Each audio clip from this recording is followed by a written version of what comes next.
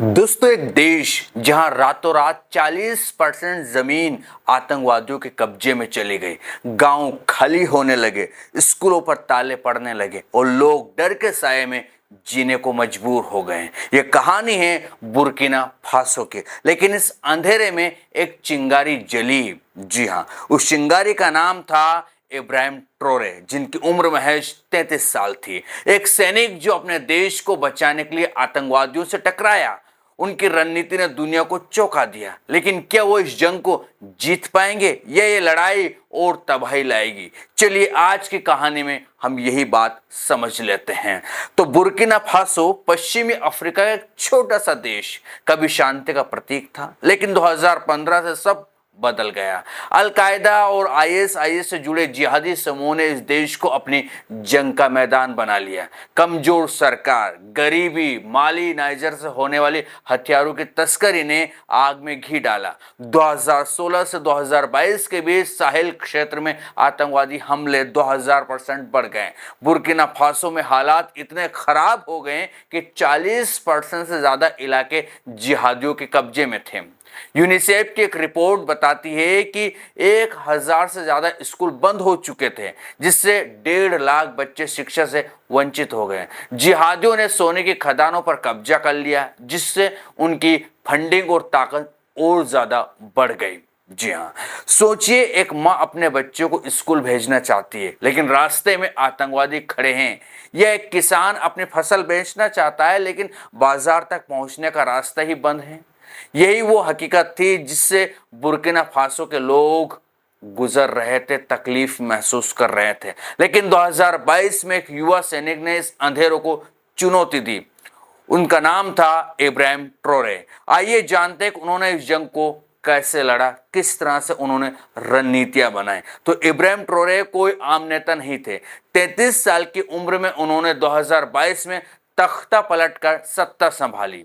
लेकिन यह तख्ता पलट सिर्फ सत्ता की लालच का नहीं था। ट्रोरे ने देखा था कि उनके देश की सरकार आतंकवाद से लड़ने में नाकाम रही थी। लोग भूखे मर रहे थे, विदेशी ताकतें देश को लूट रही थी, विदेशी कंपनियां वहां सोने की खदानों पर कब्जा जमाए बैठे हुए थे, हीरे खोज रही थी, यूरेनियम खोद खोद कर अपने देश ले जा रही थी। सत्ता में आते ही ट्रोरे ने आतंकवाद को अपनी सबसे बड़ी प्राथमिकता बनाया। उन्होंने जनता से वादा किया कि वो बुर्किना फासो को आतंकवादियों से मुक्त कराएंगे और देश को उसका गौरव वापस लौटवाएंगे। लेकिन सवाल था कैसे? उनके पास ना तो बड़ी सेना थी, ना ही ज्यादा संसाधन। फिर भी ट्रोरे ने एक ऐसी रणनीति बनाई जिसने सबको हैरान कर दिया। पूरी दुनिया भौचक रह गई। क्या आपने कभी सोचे कि एक छोटा सा देश बिना संसाधनों से इतनी बड़ी जंग कैसे लड़ सकता है? ट्रोरे ने इसे मुमकिन बनाया।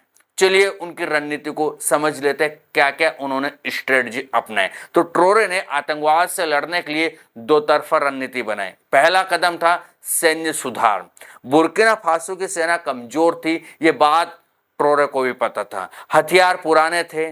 ट्रोरे ने इस कमी को दूर करने के लिए रूस की तरफ हाथ बढ़ाया। 2023 में रूस ने ड्रोन, हथियार और सैन्य प्रशिक्षक भेजे। राइटर्स की एक रिपोर्ट के मुताबिक इन ड्रोन हमलों ने जिहादी ठिकानों को तबाह किया और कई इलाकों में सरकारी नियंत्रण वापस लाया। लेकिन ट्रोरे का असली मास्टर स्ट्रोक था वीडीपी, जी हाँ, यानी कि volunteers for defence of the homeland. यानी कि उन्होंने स्वयं सेवक लोग तैयार किए। आप ये मान सकते हो, गांव में जो मजदूर थे, युवा थे, उन लोगों को उन्होंने हथियारों का प्रशिक्षण दिया, उन्हें आर्मी जैसा ट्रेन किया। ये लोग, मैंने कहा ना, किसान, मजदूर, युवा थे जिन्होंने प्रशिक्षण लेकर कहीं ना कहीं आतंकवादियों को चुनौती दी और अपने गांवों की जिम्मेदारी इन युवाओं के कंधे पर ट्रोरे ने डाली कि अगर आतंकवाद आपके यहाँ आता है तो उनका सामना करना है, उनको यहाँ से खदेड़ना है। 2022 में 50,000 से ज़्यादा लोगों ने वीडीपी में हिस्सा लिया। एसिलेट के डेटा के अनुसार वीडीपी और सेना के संयुक्त अभियानों ने 2023 में 20% से ज़्यादा इलाकों को जिहादियों से मुक्त करवाया। और ये सबसे बड़ी कहीं ना कहीं कामयाबी आप ट्रोरे की मान सकते हो, क्योंकि सेना की कमी तो थी सही, लेकिन हथियारों की बहुत ज़्यादा तंगी थी। लेकिन जब रूस से हाथ मिलाया ट्रोरे ने, तो कहीं ना कहीं रूस ने उन्हें बहुत सपोर्ट किया और सपोर्ट के साथ साथ वहां के जो सैनिक थे बुर्किना फासो को उन्हें ट्रेन भी किया ताकि वो आतंकवादियों से भिड़ सके, लड़ सके। साथ ही ट्रोरो ने गांव में जो लड़के थे, किसान थे, मजदूर थे, उन्हें भी इतना मजबूत बना दिया, इतना उन्हें ताकतवर बनाया, इतना उन्हें ट्रेन किया कि दरअसल आतंकवादियों के छक्के छुड़ा दिए। इसी के चलते आतंकवादियों से अगर मुक्त हुआ है बुर्किना फासो तो उसके पीछे की वजह कहीं ना कहीं इब्राहिम ट्रोरे और उनकी रणनीति रही है। एक गांव की कहानी सुनिए। 2023 में एक छोटे से गांव डजीबो पर जिहादियों ने हमला किया, लेकिन वीडीपी के जवान जो पहले किसान थे, इन्होंने सेना के साथ मिलकर आतंकवादियों को खदेड़ दिया। गांव वालों ने पहली बार महीनों बाद चैन की सांस ली। ऐसी कहानियां ट्रोरो की रणनीति की ताकत दिखाती है कि कितना ज्यादा उनके पास दिमाग इस रणनीति को लेकर था। ट्रोरो की रणनीति ने आतंकवादियों को कमजोर किया, लेकिन इसकी कीमत भी कहीं ना कहीं चुकानी पड़ी। वीडीपी पर गंभीर आरोप लगे। ह्यूमन राइट्स वॉच की 2024 की रिपोर्ट के मुताबिक कुछ वीडीपी सदस्यों ने निर्दोष नागरिकों को भी निशाना बनाया। यूएन के डेटा के अनुसार 2023 में 1000 से ज्यादा नागरिक आतंकवादी और सैन्य अभियानों में मारे गए। इनमें से कई बेकसूर लोग भी थे, ऐसा बताते हैं। क्योंकि जब ट्रोरे रूस के करीब आए, रूस से सहयोग मांगा, रूस ने सहयोग भी किया, तो फ्रांस को बहुत ज्यादा मिर्ची लगी और फ्रांस और ईयू से कहीं ना कहीं रिश्ते भी खराब हुए। सीधे तौर पर कह सकते हैं फ्रांस और ईयू ने, सीधी सी बात है कि बुर्किना फासो से रिश्ते तोड़ लिए। फ्रांस ने अपने सैन्य सहायता पूरी तरह बंद कर दी, जिससे ट्रोरो की सरकार पर दबाव बढ़ा।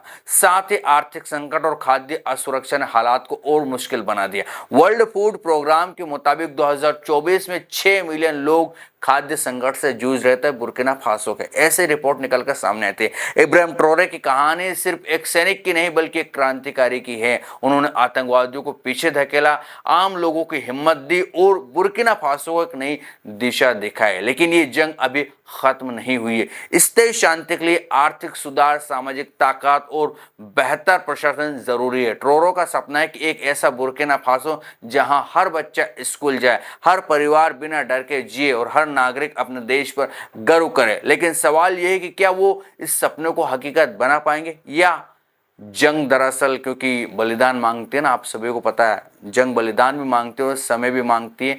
तो क्या होगा, क्या ट्रोरो वाकई में बुर्किना फासो को बेहतर बना पाएंगे? जिस तरह से उनकी अभी स्ट्रेटजी नजर आती है, जिससे उनके विचार दिखाई देते हैं, जिस तरह से वो भाषण देते हैं, भाषणों में जिस तरह से वो बातें करते हैं, उससे एक बात तो साफ है कि जो पुरानी सरकार थी उससे कहीं ज्यादा बेहतर इब्राहिम ट्रोरे ने किया है और पूरी दुनिया की नजरें इब्राहिम पर टिकी हुई है। क्योंकि इब्राहिम ट्रोरे ऐसे ऐसे काम कर रहे हैं, स्कूल पर जो ताले लगे हुए थे उन स्कूलों को फिर से शुरू करवाया है। जो लोग डरते थे, चमकते थे, आतंकवाद के साए में जी रहे थे, उनका डर खत्म किया है।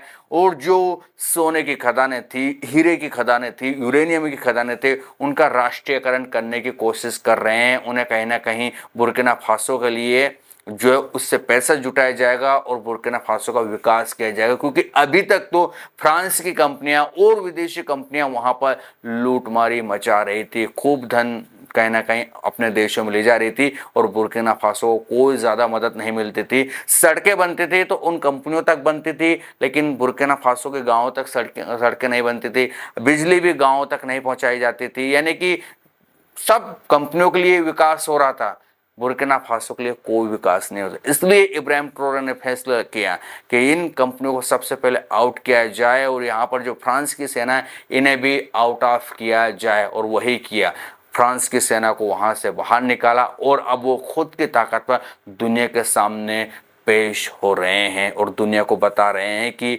एक 36-37 साल का बंदा किस तरह से पूरी दुनिया को हिलाकर रख रहा है। आपको क्या लगता है मुझे कमेंट सेक्शन में जरूर बताइएगा। ये था वीडियो, कैसा लगा ये भी बताएं। जानकारी ठीक ठाक लगता हो चैनल को सब्सक्राइब, वीडियो को लाइक और शेयर करना ना भूलिएगा। फिर मिलेंगे किसी दूसरे वीडियो में, तब तक के लिए आपके दोस्तों को दीजिए इजाजत। नमस्कार।